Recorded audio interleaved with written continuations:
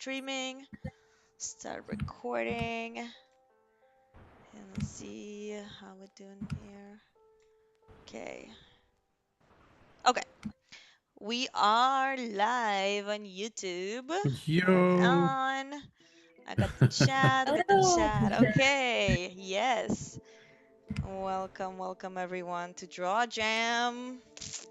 Hello. hello everybody. We want to welcome Paulette Shnier today. Yep. She's a Hello. producer of, Mad uh, Goose. Mad Goose is the well, she's a studio. yes. Yeah. So Mad Goose is actually an animation studio that Paulette started, and it's located in Winnipeg. Yes, Yeah. yes. I'm always like, I know it's Winnipeg, but yeah, just in case, there's always hesitation. Um, and so yes, and then should I tell you? Should I talk about you a little bit, or do you want to introduce yourself? I mean, I could introduce myself. I'm curious what you would say about me. What would I say? Oh, okay. Well, Paulette has worked as a CG supervisor at Tangent, right? I wasn't a CG supervisor at Tangent. I was a CG. I had that title at Ape Squared. Sorry, I almost had it. But you did work, obviously, in the CG pipeline at Tangent, Mhm. and you worked closely on the projects like Maya and was it Maya and the Five? Maya and the Mine the Three? three. The Three. Oh my God, I'm so out of sync with my stuff. Maya and the Three, absolutely. And then Tangent, of course, unfortunately closed, and then Ape Squared was the next studio that you worked as CG supervisor, and so.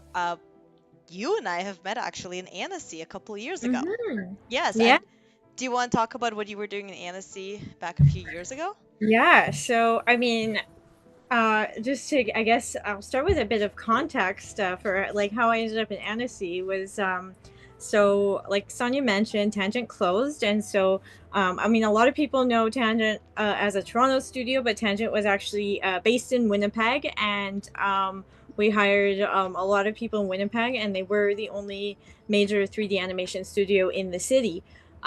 So since Tangent's closure, which was in 2021, there hasn't really been a lot of animation opportunities in Winnipeg. And like, I know right now the industry is kind of rocky everywhere, but at the time when Tangent closed, we were still in that COVID boom. Like everyone had work. Like you could ask for you could ask for so much. Like all the job offers that I got after Tangent would they would all waive, and I got multiple offers as well because everyone was hiring, and they would waive like the 3 month probation period and like all this other stuff just to like get you on board.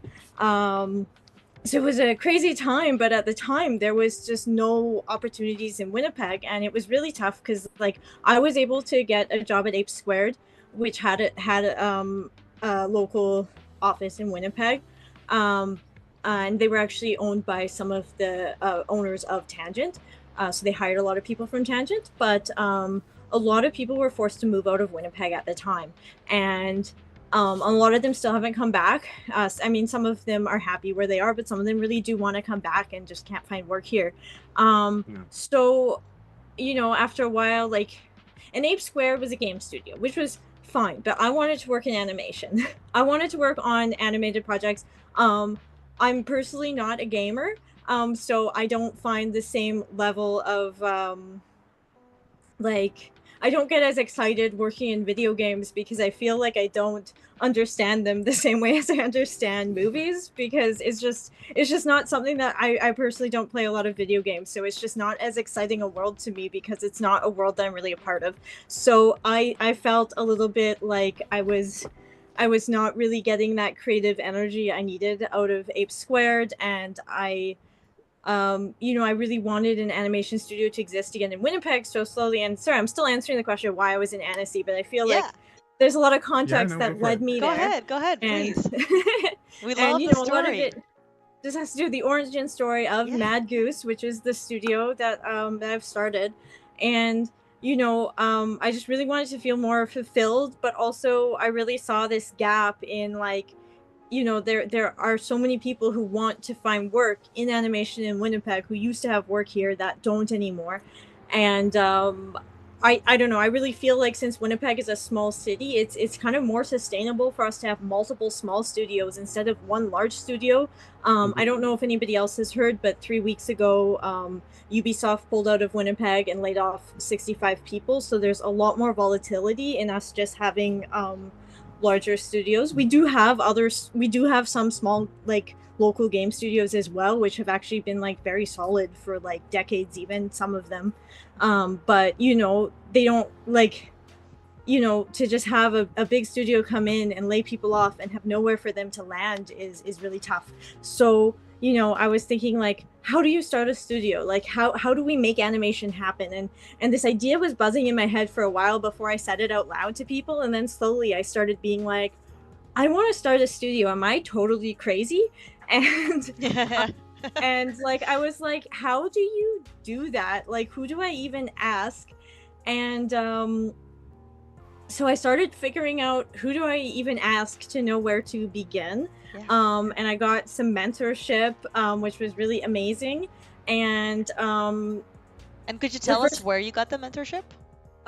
so I did get I've gotten mentorship from a few people, but my first mentor who's mentored me for a really long time was Ken Zorniak, who actually was the CEO at Tangent. Nice. And so he was the first person I connected with, and I was like, I don't know, you did it. You started a studio in Winnipeg. How did you do that? And of course, like the landscape was really different back when he started it. So you know, he even said right away, like, I can give you my best advice from what I know of the industry now, but you're not going to be able to start it the same way I started it. And you know, so he told me a bit about the story, and I also connected to On Screen Manitoba and Manitoba Film and Music. Manitoba is weird in the sense that when it comes to creative bodies, they're in other provinces they seem to be like together. Like Ontario creates does everything that both On Screen Manitoba and Manitoba Film and Music do, but they're separate in Manitoba. Um, Mm-hmm. but you know, so I've been you know talking a lot to them. On Screen Manitoba offers a ton of workshops, which is amazing. I'm still getting to the answer about Annecy, but That, I no, can go that's on. cool. That's cool. I That's can go cool. on a Oh, lot you're of good rants. It's there. the story, right? Yeah. Yeah, I could go on a lot of rants. But So yeah, good. so I got, you know, so I started with just asking, like, how do you do it? What are some ideas? And, you know, on Screen Manitoba, even on their website, they just had like a ton of resources, and like even found this during COVID, CBC put out like, I don't remember how many hours of content it was, but it was like maybe like 20 hours of workshops on how to produce your own project. And I just watched like the whole thing. I skipped a couple of them because some of them were very specific to documentaries, and I wasn't really looking in the doc world. But like anything I thought was relevant to me, like I watched the whole way through, and I would just every day at lunch while I was eating lunch, I would just watch through that. And then, you know, I became a member of On Screen Manitoba, and they offer a ton of workshops for like very reasonable prices. Like usually, sometimes for members, they're free. I did like a multi-month virtual production workshop through On Screen Manitoba, and I didn't have to pay for it at all. It was amazing. And sometimes they cost like $20 if you're a member. So like I've been able to learn a ton all about business affairs, the legal aspects, all of that. Um, and I've also learned a lot through Ken, who, and that was kind of part of what led me to Annecy. Was one of the big pieces of advice that Ken gave me was you need to start by making people take you seriously, and they take you seriously if you go to Annecy. Like if you make like that's it's so far away. It costs a lot of money, but he also told me you can get funding through On Screen Manitoba, and I did get some funding. Like they don't cover the whole thing, but like the fact that I was able to get any funding to go from them was like absolutely incredible. And he said like you're going to be overwhelmed the first year you go. You're not going to know what your plan is. You're going to try to make a plan, but it's all going to fall apart. You won't know what you're doing, but just go. Just go. Figure it out. Understand what people are talking about. Learn what people are doing. And I was actually really scared. Like, I think I like booked the flight with like an option to cancel, and I like called him and I was like, I don't know what I'm doing. I think I'm going to cancel my flight. This is crazy. And he was like, no, you have to do this. You have to go. And I do actually think like, you know, it really did, like people took me more seriously. Like I was willing to take that step to go all the way to France, Yeah. to talk to people. That's where I met Sonia, which was so fun. So I've Yes. still been in touch with a ton of people that I met that first year that I went to Annecy. I've been twice now. I didn't go this past year, which, which was too bad. I'd like to go again next year. But yeah, I don't know. So that's kind of what brought me to Annecy, was just asking people, how do I start a studio? What do I do? And obviously I got more advice beyond just go to Annecy, but like that was that was one of the big things he told me. Like you just have to take a leap. You have to like show people how serious you are. Um, yeah. Mhm. Amazing. I have so many questions. Do you wanna jump in here, Well, Jose? Because you know I'm just gonna yeah. Well, talk forever. So the one thing. Well, I wanted to ask you. Well, you kind of touched it a little bit on why you kind of wanted to, but what was that spark? The idea of like, okay, a studio. What did you want? What was your kind of like outlook? What did you want to? What did you want in the end? Mm-hmm. Like you love producing, you love actually showcasing other people's artwork. Do you love being part of the whole thing? How much do you love this craft? I think, I mean, my main goal at the start was just, when I was working at Tangent, I was so lucky. Like I feel like I was just like I knew it was a great job when I had it, but like, it was very hard, and I really felt like I grieved it when it shut down, and sometimes I feel like I'm still grieving the loss of Tangent. And one of the most amazing things about it was that we got to work on super cool original features, and like it was just so fun to work on projects, like, and that was one of the things that made me feel so spoiled at Tangent, was like I got to work on projects that I really cared about. um and that was incredible. I really loved. Just a fact for anyone who doesn't know, Tangent was the first studio in the world to make a feature entirely in Blender, and so yeah. that was Aussie. And I got to work on that, and at the time, I just thought that was so cool. I was like, I'm working on something that's like totally new that other people like haven't done before. And actually, like before Aussie came out, but after we were done making it, I took a little holiday and I visited a friend of mine in Germany, and she was like, "Oh, I have a friend who does 3D animation. Like, I should like." She made plans to just hang out with a bunch of her friends, and she was like, I'll introduce you to the one who does animation." And I was talking to him, and he asked me what software I used. I said, "Oh, I use Blender," and he said, "Oh, I thought you said you worked at a studio." And this was in Ah, like, I don't know, this was in like 2015, interesting. I think. And but back then we were the first ones to like make a feature in Blender, so like it was kind of a fair question. It was like, who else is doing it? It really was just us. um yeah, what was the question again? Why a studio? Why? Yeah, Yeah, why a studio?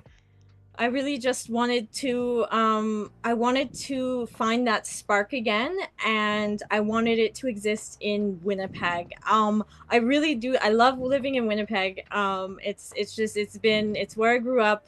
And I've traveled a lot, and I'm always happy to come home to here.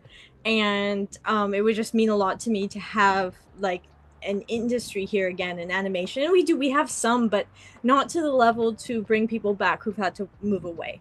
And I want to, like, the spark was just like, we should have a more sustainable industry here. And how can I get back to creating projects that I'm just so excited about?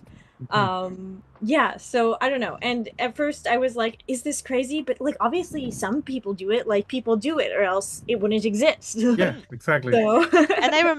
I remember, I think it was last year we were in ALC where we were talking to some people about pipelines, and there were a lot of questions about uh, Blender pipelines, and people were looking for Blender pipeline oh yeah. production work now.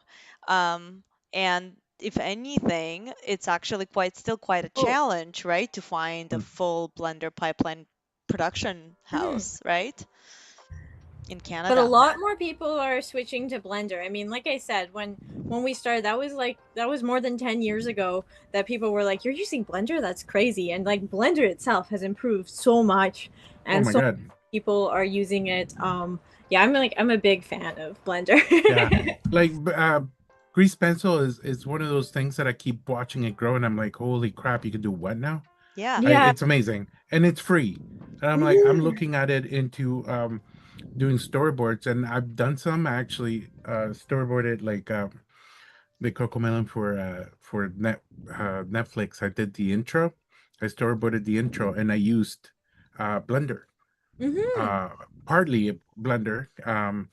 And then they sent me the sets, and I was able to use some of it to, and I'm like, this makes everything so much easier. Yeah. Especially when you're storyboarding a 3D show, like which is we tend to do it on 2D background stuff. Why not get the assets, put them in, and it makes your pipeline a lot easier. But uh, I forgive me if I'm interrupting this, but I wanted to ask you this: what did you bring from the other studios that you worked at before that you're like, I'm stealing this, I'm using it in my studio. I want to be able to bring these awesome positive things that made this pipeline work so well, and that you were able to kind of Voltron that shit together and make it into like Sunny loves how I use the Voltronic, Yeah. and nobody knows what Voltron is anymore. I'm sad, tears down my face, and because I'm old.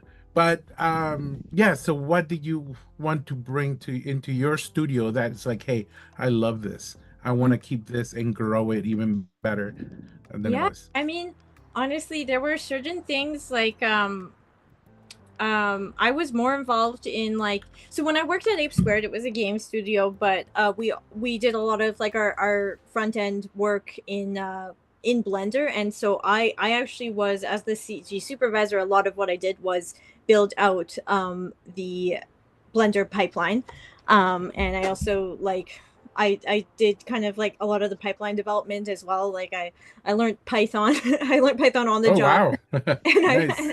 and they didn't hire anybody that, like we said at the beginning, they didn't hire any TDs, and Right. I kind of was like, I've been interested in learning Python, so that was like just like a wild opportunity.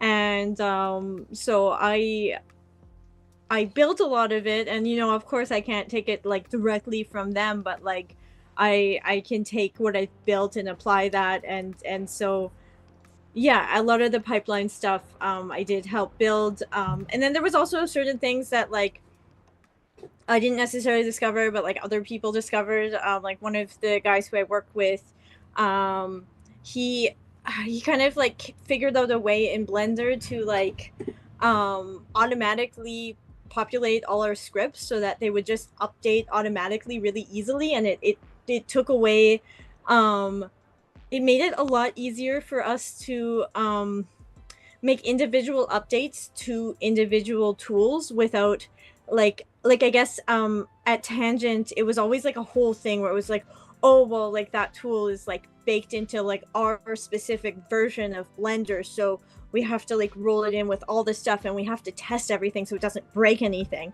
Hmm. But we set it up so that we would just like have like a folder path and everybody would just have to like put that path into their Blender, and then it would just be this living file path which only the people who were able who had the authority could actually fix. But then we'd be able to just update single tools at a time, and that way like even if it did break, it didn't like it was never catastrophic, and it was always like a very quick like, oh crap, okay, sorry, we'll just like revert back and then figure out what broke. And it was always really quick because we were able to do that.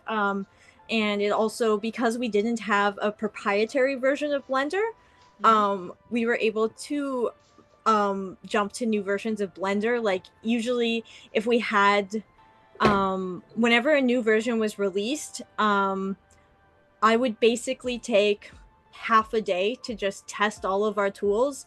Usually a few things would Good idea. break, but their documentation was really good, so I could usually predict what would break, but I would test everything just in case something I wouldn't predict would break. Usually I could just see, oh, they changed this and this and this, that's probably going to affect like some of the rigging tools or whatnot. And then yeah, usually it will only take about half a day of testing and then be like, okay, everyone, you can download the new version of Blender and we get all those features. So I don't know, that was something that Which like is from a pipeline pretty perspective awesome. that was amazing. Was like we were always on the latest version of Blender, we always had all of the new tools, And yeah, we just set it up in a way where we ended up needing very little testing to get the new version. And it always Is felt like so risky. It was like, how can we just do this? And I don't know, nothing ever broke. So Yeah, yeah. and it's such a great asset not having that the fact that you learn Python to go along with the tool set, because you need Mhm. to kind of know how they work, and if it breaks, that's a huge asset that you have. Yeah, Um, and it was cool because like at the time I was like the only person who was using Python at the studio, and so at first I was like, man, I just learned this. I feel like it's gonna take me forever to build tools. Like I'm the only one, but what I found was I knew exactly what the artists need, and so I almost never had like any notes. Like people would just be like, "Oh my god, this tool does exactly what I needed it to do," and yeah, like any back and and forth was like very minimal. It was just like, "Oh yeah, so you need something that does like this, and this," and they'd be like, "Yeah." And then I would just make it, and they'd be like, "Yeah, this works exactly like how I need it." Whereas like, and I mean, the TDs we had at Tangent were like amazing, but oftentimes there was a disconnect between like their understanding of what we needed and our understanding of what we needed, and just the fact that I came at it from an artist perspective yeah, Mm. was really and helpful. So even if I was maybe a little slower at writing code, um, I was able to get something that really worked well. I'm gonna just yeah. like ask, so if people who are looking for Blender pipeline service work, and for your studio, do you then provide from development until a full pipeline production to essentially comp and delivery, like with render fully finished rendered, or like what parts of the pipeline are you currently offering services for? Yeah, so I would say like we mainly do like we are developing a lot of our own like in-house shows, but I would say if we were doing service work, we would kind of do like anything after development, like but we can do like anything that's in 3D. Like Hmm. we do have the capacity, like we have artists that are story that like are familiar with storyboards, that have done storyboards, Hmm. so we do have the capacity to go as far as like from storyboard to like a complete product. Nice. Hmm. I mean, I guess not like we would need like to figure out like like we don't do like the composing in house, Okay. Okay. but like anything in like 3D, um Gotcha. we can do in house. Gotcha.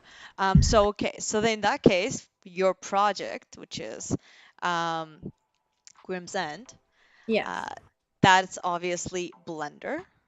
And so, what is before we show, we can either watch the trailer and then talk about it, or we can talk about it and watch the trailer. What do you want to do? That's a good question. Maybe let's just watch the trailer first, and then I'll talk about it. Okay, no spoilers, I guess. You have to watch, and then we can tell you a little bit about. Whoopsie daisy. I just chose the wrong window. Let me just see. We know everything. Oh, please. So yeah, got the YouTube link right here. We know Sonya's plan to take over the world. Oh, please. All right. Uh-huh. Okay. We're gonna watch it. I just had this other window with music, and I just can't find it. All right. I hope it doesn't leak into the. You can't hear the music, right? You can't hear I any can't. music, right? Okay. I can't I hear can't. music. Okay, good, because I hear music, but um, just make sure that my sound audio is on. Um, I'm just double check. Yeah. Okay. So I'm gonna play it. Here we go. Grim's End.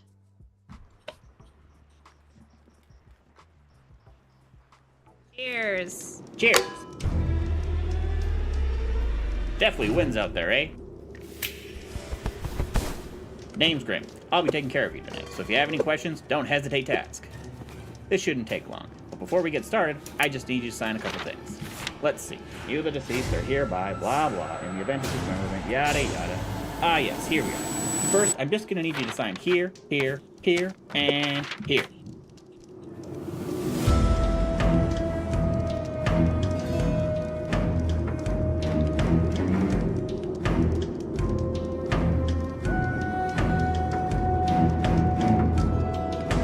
We don't have to watch the whole credits. Yes, we do. Okay. Okay, fine. I feel like that. Yes, dear Lord. In my family, we always watch credits. Nobody leaves. So the kids love to watch credits now. All right, that was that. So do you want to talk Oh, about you a did the little bit VFX on that. before I'm I sorry. pop out your actual deck? Want to tell us a little bit about it? Yeah. So, so Grimm's End is a concept by Brandon Leckman, who is he's one of the people involved in Mad Goose.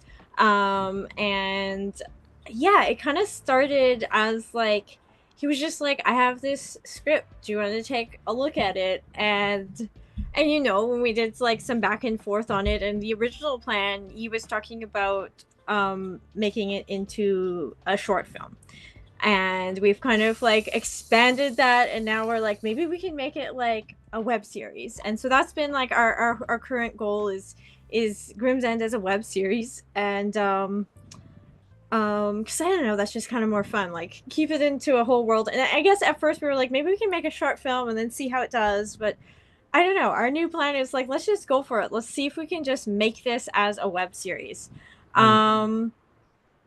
Yeah, so But what uh, what what is Grimm's End really? What is it about? That was hilarious. I mean, but what is it really what is about? it about? Oh my god, you know what? Let me just find my notes, because I'm honestly like, I'm really bad at like pitching it on the spot, but I have like all these notes for pitching it. But And more oh, you know like, what? There, you like want This me? is how you just like practice, buddy. just the story, like who is Yeah, the skeleton? What's his deal? What's yeah. the dwarf's deal? What are Um, they? It's uh like the technique looks really cool. Yeah. I know that at Taffy you presented a more fleshed out version. No, actually this was the Taffy version, I think. Yes. Um, uh, what was yeah, it? that Yeah, was it what I was. showed. It was. But I remember people were really like excited about, because again, not many people are using Blender into this capacity. So yeah. Yeah. So yeah, so Grimm's End. So I mean, we've changed it a bit. You can can they see the screen right now? Yep. Yeah. So yeah, so you know, we've got our log line is: a high fantasy dwarf is drowning in paperwork in a twisted purgatory that forces her to become a reaper, a fate she'll fight to the death. So yeah, where it's basically it takes place in this fantasy world. It's supposed to be like a mix between fantasy, horror, and comedy. And it's really like it's like a death in or like a death in paperwork type of story. But it's also a story of resistance, and a story of what I'm sorry, I always have to I have to read my It's all notes. good. I know how It's to sell fine. it, but somehow I have to like read notes that I It's wrote down. all it's all But good. yeah, it's like It's really it's just about a about, you bunch of know, Hilda. skeletons. I'm just kidding. Yeah. And oh, and yeah, Hilda is a bearded female dwarf, which is a little bit of like Tolkien lore. So if people Mhm. are like really into that, then like it's fun, because some people are like, I don't understand, why does she have a beard? And other people are like, yeah, you understand how dwarves are supposed to work. So it really depends on Yep. who you're talking to. If you're But we're Tolkien world, like yeah, Tolkien lore, that's on point. we're looking like I would say our main audience is going to be the people who go, yeah, you understand how dwarves are supposed to work. That's our audience. And yeah, so you know, Hilda becomes she becomes like this rebellious guardian of the forest, who's fighting against the employees of Grimm's End, which is a purgatorial outpost. And so we're creating cathartic and inspiring tales of resistance through this story. Very And so cool. yeah, it's not a spoiler for the first episode, but she gets turned into a reaper at the end. Amazing, Nice. cool. It's a really, it's so many details. It's like a lot of details. It's a real world you've built. Um, Yeah. and so Grim is what's up with Grim? So Grim is like, he's just kind of like oh he's just like this where sorry, I'm like looking at my notes again. That's I fine. don't know why. I just like have to read my notes. We're just looking at the cool art meanwhile. I mean, the art is really Yeah. Yeah. cool. Yeah, so the art is all by Eric Hetherington, and on Instagram he's mcduck.illustration, and I highly recommend you follow him. He does great art. It's like very inspired by Hellboy. Um Mm. and yeah, he's just like an amazing artist. He does a lot of his own art. He runs a small art store actually, like with a few other people. It's like an art collective in Winnipeg, and it's That's just like this awesome. really small shop inside a coffee shop. And he also is a comic book artist. Amazing. That's Yeah, pretty so awesome. essentially this whole world and all these characters, who like how long has this been really cooking? How long have How? you been Oh my god, it's been developing cooking it? for a long time. I'd say a little. It's been cooking for a little over 2 years now. Oh, that's I okay. know. You made it sound like there's been like 6 years, like a long time. Yeah, I don't know. I mean, it feels like a long time, but yeah, it's also like, yeah, I hear about other people's timelines, and I'm like, oh, actually, I think ours is like we're doing pretty well on our timeline for actually like Oh getting yeah. some content out.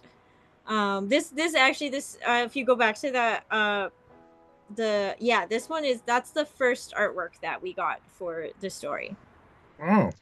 And did you provide a full script or a treatment, or Yeah, what did you provide? we had a full script for the first episode, which was originally going to be its own short film. So and And yeah, just Mhm. The designer was able to work with the script, so he also talked directly with like Brandon about like what Brandon wanted to see with the characters. mhm. Okay. Yeah.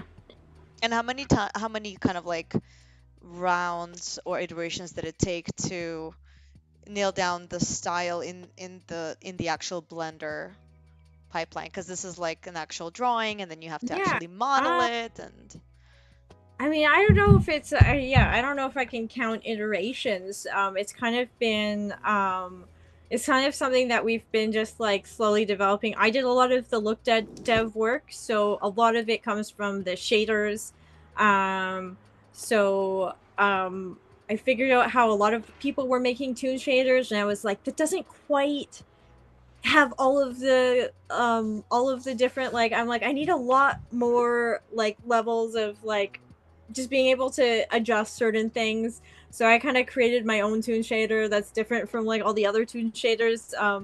And just like the way it reacts to light, and it's very flexible. It has like a lot of different sliders and options. And I Mm. kept adding new ones to the shader, just to get a lot of different looks, because we also want to like really stylize the lighting. Like sometimes like we'll kind of have like a standard lighting setup, but then sometimes we'll just have like, I don't know, like we're working on I can actually show, I've got some images on my computer right now that I can show you. We're working on, sorry, I can't even remember what the question was anymore, but oh, we're Yeah, just talking that's about okay. like from yeah. illustration to 3D and finding that look, right? That style. Mm-hmm. Yeah, Yeah, like so that. yeah, it's just we knew we wanted, so like we really loved Eric's art style, like how he generally draws. Like I said, it's very, very influenced by like Mike Mignola, who made Hellboy.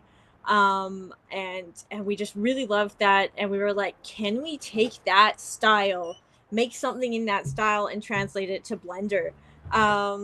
Yeah, so a lot of it is based in the shaders. Figuring out, it took a while to like figure out how to get the outlines, because there's a lot of different ways of making outlines, and some of them just like I mean, one of the most common ways of doing outlines in 3D is like the inverted hull method, and that's also one of the least expensive in terms of render time. But it doesn't look good as soon as the outlines get as thick as what we have. And so we Oh. were like, it just doesn't work. Like it works really well for very thin outlines, but like it very quickly starts to break. So we had to play around with a bunch of different outline systems. So we ended up using the line art in grease pencil for most of it, but then we kind of for some assets we used more custom methods of outlines. But that took a lot of R&D. Um, yeah, and just trying to get that 2D look and trying to add a little bit more depth. Like we didn't want it to, we still wanted it to look like you're in a three-dimensional world. Hmm. Um, yeah, I don't know how many iterations we I mean, did. It just kept going until until we were like, yeah, this it looks great. looks good. So Absolutely. This is what But I've been yeah, I looking at. saved some. So I just like I was talking to Sonia and Jose before earlier, but I so my computer, like, his battery has been slowly dying oh, for a yeah. little while, and today it just decided to crap out on me. It's gonna be fine. We're getting a replacement battery. It like the computer will go on eventually, but I fully did not trust it for for doing a podcast. I was like, no, no, No, no, I I'm not gotcha. gonna do a podcast on this computer. Yeah. So then I borrowed my mom's laptop, and all of a sudden I don't have any of my files. So like I have all this stuff I wanted to show, and I'm like, wait, I don't have them on this computer. So I just like I had to download That Discord on my mom's computer, and then I've just downloaded some images. But so we got a little bit more funding, and we're working on another. So that original proof of concept was 30 seconds, and so working on another 30 seconds of animation. So it's more development funding, and we got a few really cool concepts that I want to show you from that. yeah, Okay. that'd be awesome. So in So that I'm case, just gonna yeah, please go ahead. figure this out. I'm just like opening them up. Yeah, you go ahead. I'm just showing more of the world props right now and like the location design while you're pulling that up.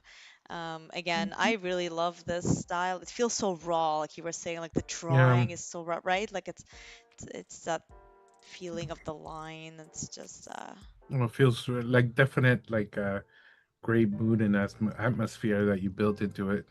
yeah. Thank you. So there's a lot of awesome work there. And again, we have the writer director Brandon Letkman. Letkman? Am I saying it right? Is Yes, that right? Like me? Yeah. Yes. I And then think the yeah, art director Eric Hetherington. Hetherington. Yeah. Yeah. Yeah, like McDuck Okay, illustration I am. on Instagram. And for the writer and director. Sorry. You know what? Again, I'm sorry. I'm on my mom's computer. It's all It good. won't let me It's all share my good. screen unless I would have to change the setting and then like close the browser. So I don't know. Maybe I can just like I'll Send it to send me. this to you. Yeah, absolutely. Send it to Yeah. me. Again, and Um, this of course happened today, and I was like, the one day that I really need my computer It's in the totally evening, cool. not just for fun It's things. always the case, Totally right? cool. Yeah. Oh my goodness, what did I just... Oh, that's the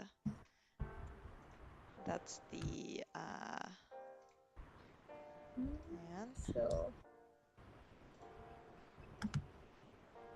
Yes. Yeah, sorry. absolutely. So we have 15 views. And I'm finding it like way harder than it needs to be to like No worries. use somebody else's computer. I'm trying to put It's the all good. pictures in the group chat. Or you could just, yeah, pop them in there. That works too. Because Yeah. if anyone has questions for Paulette, the Yeah, views, please, please the do. viewers, please pop them in the chat, and then Paulette can answer them. So if you're watching and you're wondering anything about opening a studio, looking for, you know, artists or developing something, the Blender pipeline. Anything. Anything that comes to mind that you've heard, oh wow, this is so cool, I'm downloading Yeah, all of the it. the Yeah, Blender cool. pipeline is quite interesting because depending obviously on what production you're working on, that will change every time. But just like it doesn't 2D, but it's like, do you find that there's any of them that kind of present? What is the biggest technical difficulty you went around on a show that you were like, oh man, how do we do this? That you find quite the challenge, and how did you overcome it?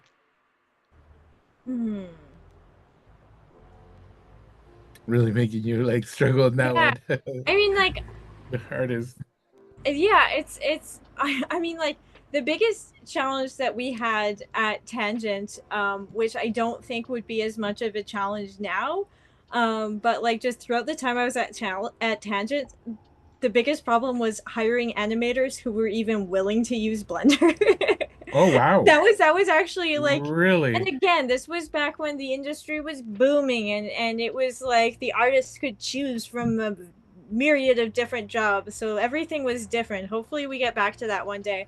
But yeah, there was like a Yeah. time when like that was our biggest challenge. I don't think that wouldn't be an issue now, and it became less and less of an issue as we kept going. But um yeah, that was like that was actually the biggest challenge. And at the time, which again, it's not really like that now, but we would assume that anybody we hired didn't already know how to use Blender and had to be trained in Blender, so we would have to work in that training time into the schedule, because there was that assumption that most people we hired didn't already know the software and had to take time to learn it.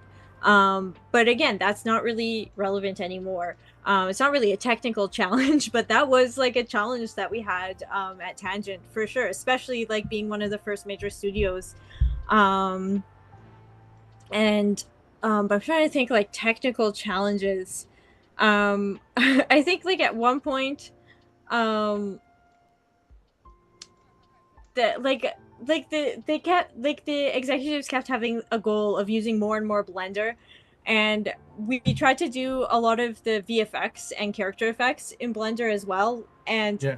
there was a point when like there were a few shots that it was like, we cannot do this shot in Blender. Blender is not there yet. I do think for a lot of challenges that we had at the time, Blender is there now and can do it now. But yeah, we had a few shots. Like there was this one shot which honestly it was just not worth the price.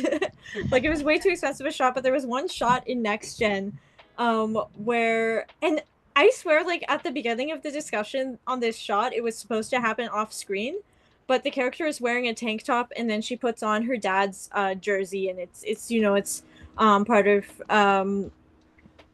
part of the part of the main character's story is that like her father passed away kind of like before the events of the story, and so this is her dad's jersey, so it's kind of a sentimental moment. And we Mhm. just couldn't get the CFX for putting the jersey on, Oh my god. and everyone was like, why did that even have to happen on screen? And Hmm. like she could just like it could just be off, move the camera somewhere else, and now she's wearing it. But like Listen, that you have was to get creative with your shot. but Uh, somehow just nobody wanted to let go, and we couldn't reanimate that shot. We just had to make the CFX work, and that one I think we had to do in, I think it ended up being done in Maya in the end. I was just like this one shot that was just way too challenging, and it just couldn't be done. I think it was also very difficult in Maya at the time. Like it was a very challenging oh. shot. And um now it's like pretty easy because I don't know. I like don't it know if does that. that shot would be. I think that would still be a very challenging shot. Okay, that's fair. um That's just fair. like the nature of like it was just like she was putting on like, you'd probably want to use, oh, I can't remember what it's called. Oh my god, I'm blanking on what the software is called, but like there's a software that people use.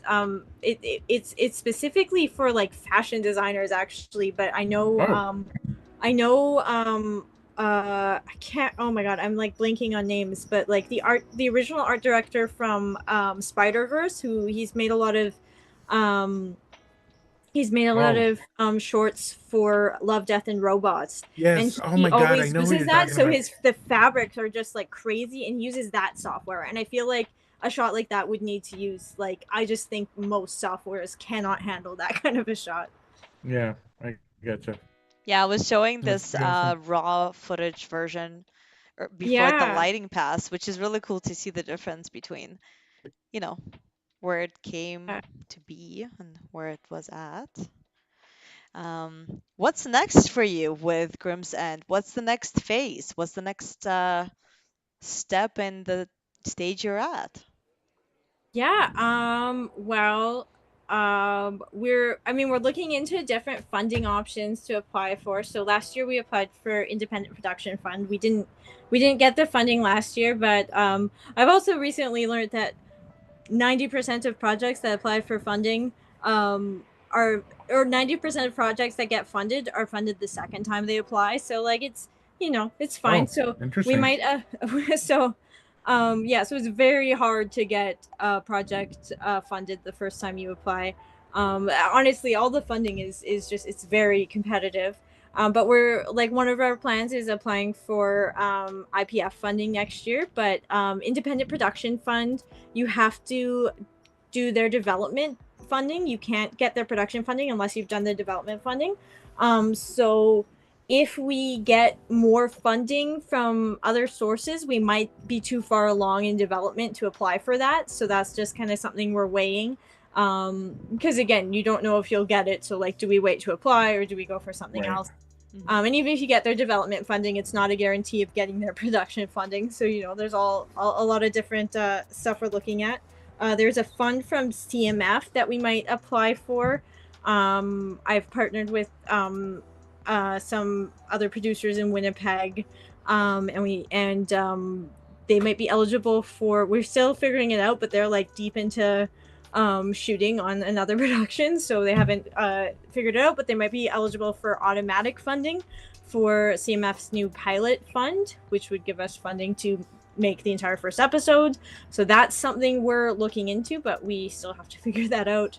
And otherwise, I'm going to be going to the Ottawa Animation Festival, and Woohoo! We'll see you there.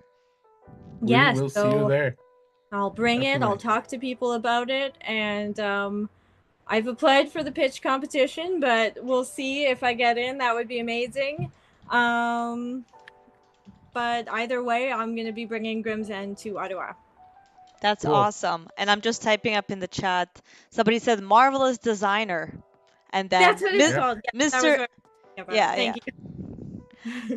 Oh, okay. That's the name. Yeah. Mr. Afternoon. Thank you for that. So I was gonna type it, but yeah, cool. Okay, so that's fantastic. So in terms of your name, I remember you told me this in Annecy, and you said when you have a good logo design, it makes a difference. Do you still think that's the case for the I think company? so. I mean, everybody says like don't judge a book by its cover, but everyone always judges a book by its cover. I think having a good logo design, it's just like it helps legitimize what you're doing. Taking the time to like make things look good and look professional. Yeah. It's like the first thing that everybody looks, and man, Yeah. you do get judged hard. Impression. It helps give a good first impression. And then why Yeah. Mad Goose specifically? Oh, it took us a while to come up with a name. So we was brainstorming the name with like a few other people who are also involved in Mad Goose. And I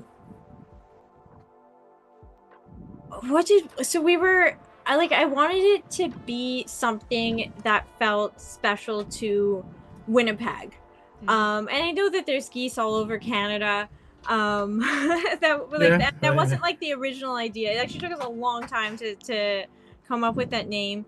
But you know, originally I was like, I don't want it to be something about snow and cold. I don't want it to be like a lot of people stereotype Winnipeg with some of the like, I guess, like more negative things about Winnipeg. Like we have very harsh winters, and you know, and the only really good snow-based name I could think of is Blizzard, and that's obviously already Yeah. been taken. But I don't you know. know, What do you mean? I'm kidding. and there was one name that like I immediately thought of, but and it's like outside of Winnipeg, people might not have heard of it, but there's one name that just to me was like the perfect local name, but a really popular brewery had like just recently opened up with that name. And so the name so yeah, if people in Winnipeg would be like, oh yeah, obviously, but yeah, there's a brewery in Winnipeg called Nonsuch, and the Nonsuch is a very Winnipeg thing because in the Manitoba Museum we have a replica ship, but I think the replica ship has actually sailed, and it's just like everybody goes to the museum and sees this big ship, and it's called the Nonsuch, and it's just like a very Winnipeg thing. Like everyone's familiar with the Nonsuch. Okay. But then for people outside of Winnipeg, it creates a story, but it also just sounds good. And I'm like, oh yeah, and our logo can be a ship. But then, I don't know, a brewery took it, and it's now one of the more popular breweries in the city. So I'm like, oh, everyone would confuse us. And Yeah, then here, you gotta be Mr. careful. Afternoon is saying Garbage Hill. Does that mean anything? Garbage Hill? yeah, Garbage Hill. Oh my god, yeah, that's like it's literally like an old landfill that's like a hill Yeah. and people toboggan down it, but it's also kind of like a really lovely park now. And Oh, a while under ago, the like some garbage. people like made like a Hollywood style sign that said Garbage Hill, and they just like guerrilla put it up. And then I think the city took it down, and then I think there was a bunch of protests, and everyone's like, "No, we want the sign." So yeah, Garbage Hill is That's also very funny. Winnipeg. It's like a That's big pretty hit. good.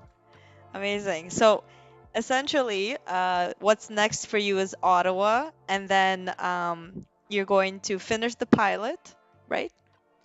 Hopefully, we're Yeah. looking for funding to finish the pilot. Right. So we're still The figuring people out with if money. we're eligible. It's all of the CMF things are very confusing, and there's like a lot of like I'm not going to go into like the nitty gritty details, but like there's a few things that we have to sort out to even understand if we're eligible for it. And just yeah, the producers in the city that I'm partnering with, they're just wrapping the series finale of a TV series, and so they're just like, we will figure it out in August, and so, and I mean, we have until I think October to apply, so like that's just one of the plans. But yeah, we're just looking for different possibilities of funding.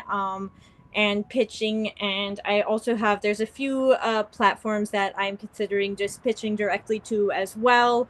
But right now we want to wait until we have like the 1 minute teaser ready, and then yeah. So the plan: see if we can get funding from CMF or Independent Production Fund, and also see if we can get any platforms interested in sponsoring the show. And so, what about things like Kickstarter, GoFundMe? Any thoughts or I definitely that's like on our minds as a possibility. We want to see if we can find funding in other from other sources first. Mhm. Hmm. But like I would say that is one of our backup plans is to try Kickstarter. I think we want to if we do Kickstarter, I think we want to try to build up a bit more of an audience first. Yeah. So we've Hmm. never like Great done idea. a Kickstarter before. We want to make sure that like people are interested. We've only recently started a TikTok account, and like I don't know, everybody who's part of Mad Goose is like, how do you do social media? So we're just kind of like figuring that out. So yeah, we are on TikTok. We're also on Instagram, Mad Goose Awesome. Studio. And You have 22 viewers right now. yeah. Yeah. Yeah. So that's good. That's actually really great for live. Yeah. Yeah. And and that's another opportunity too when you get to that point when you're starting to crowdfund it, is we would love to have you back and see how it is Yeah. like at that point. Like we love to hear how that journey is gonna go, right? Because you can bring your viewers and you can grab viewers from here, take them with you, the whole thing. Yeah. And then, so I know you have another project. Would you be interested in coming back and talking Yeah. about that one another Um, time? I mean, we've got like multiple other projects that we're working on. But Awesome. yeah, there's a few that are a little more developed than others. Yeah, Grimm's End is definitely like the most developed, the furthest along of any of our projects. But yeah, we do have a few others actually we're developing. Um, yeah, and just trying to get things to work, trying to get people interested. Learn it's a learning process, figuring out how to find where to find Yeah. funding and how to get things moving forward, and figuring out what people are interested in. And like you could have a great idea, but like are people interested? And we posted Grimm's End to Instagram, and like the proof of concept really did well on Instagram, and that was like from none of us ever having like that was like the first post at the Mad Goose account, so like that was like a really good sign that did well. But yeah, just figuring out who our audience is, and who's interested in the shows, and where it can live. Amazing. And so, for those listening and who want to, start their own studio, or they are looking to, or they're in the process, or something else, what would be one piece of advice or like something that you would say to somebody who is looking to start out, but maybe is hesitating or afraid, or like, what would be a good place to start for somebody who wants to start? Um, I mean, I guess I'm assuming because like there's a lot of like if you're starting a studio, there's like a lot of different ways you could go about it. Like, are you a service studio? Are you making your own pitch? I'm assuming a lot of people who want to start something, usually it's like they have their own idea. So I guess what I would say is like don't expect it to happen fast. You have to be in it for a long haul. You have to really believe in what you're making, and like I think that Stick that's to the it. most important thing. Be really believe in it.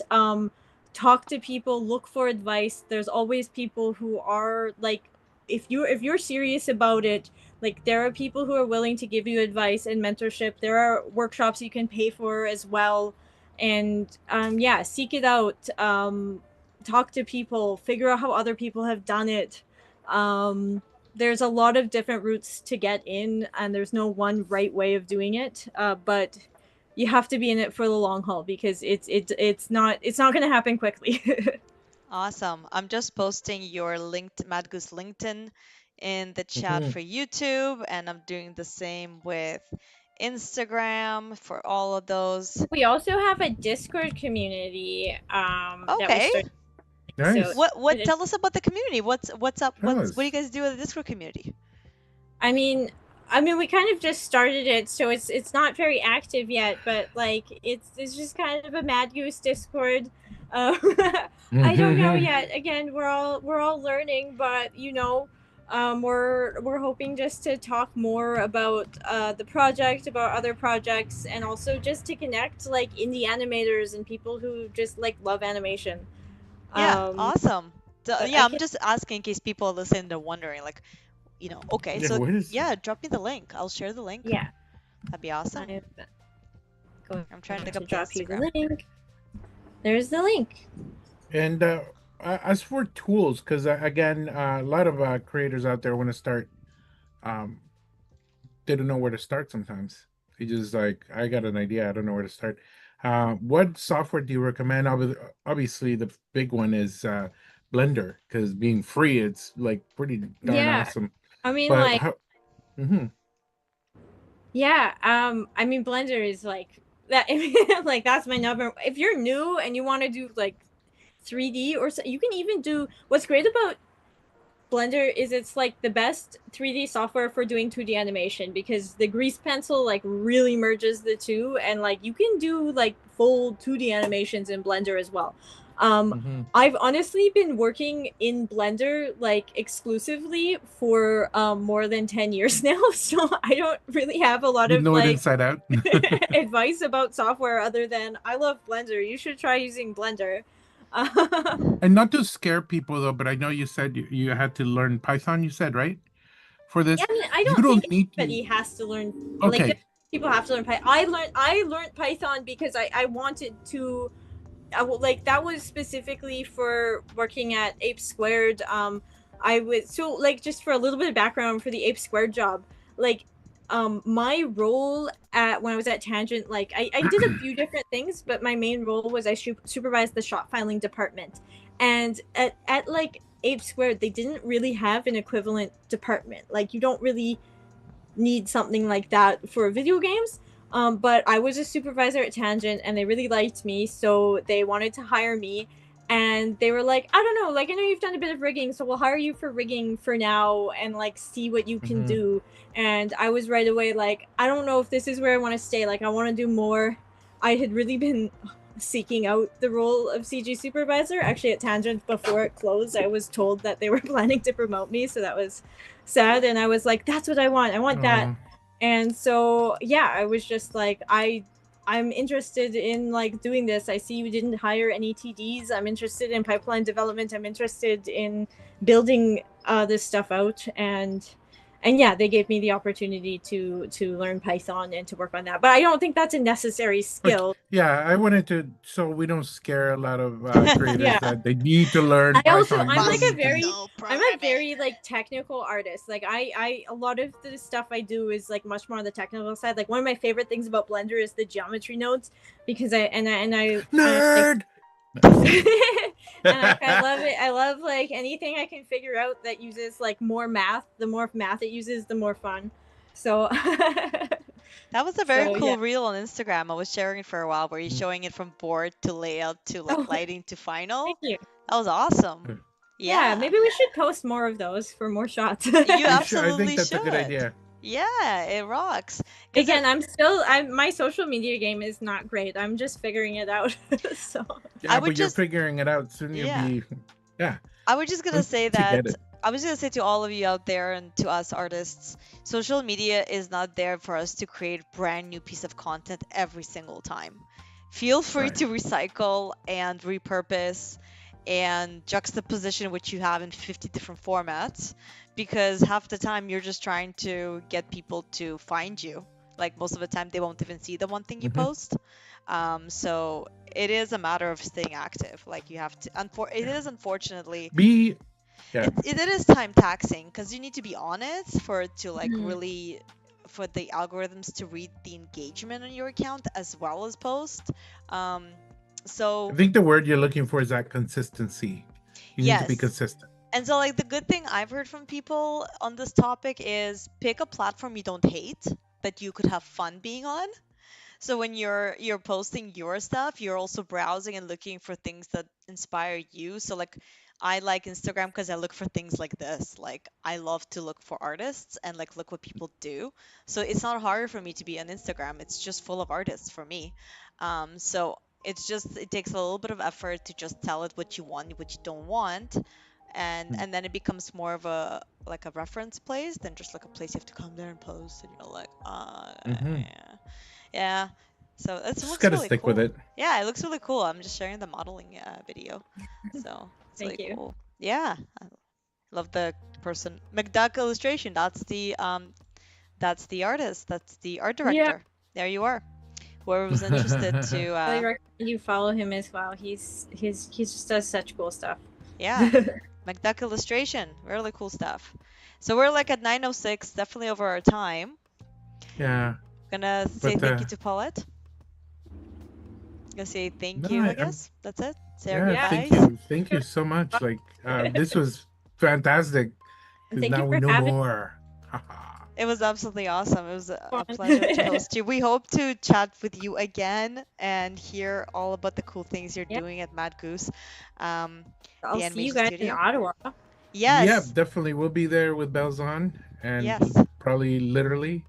Um, And actually, we'll be interviewing people there on yeah. location. We'll be doing interviews, so we hope to catch you there and to interview you there. And so, Mhm. for anybody else who's listening and is planning on coming to Ottawa, please find Paulette and Mad Goose. And are you attending TAC? I'm assuming yes, TAC and the festival. You're doing both? Yeah. Yeah.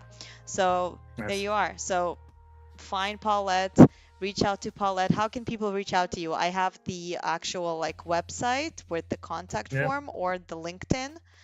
Um, Yeah, I yeah, would say like you could message me on LinkedIn if you want to contact me or like the Mad Goose Instagram.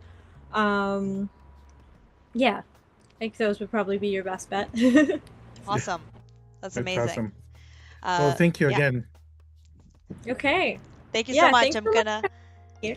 yeah, This- I'm gonna stop the stream now. Goodbye Unplugged. YouTube. Goodbye our viewers, a whole 25 of you. Thank you so very much for See you sticking next around. week. Until next week. Thank you, Paulette.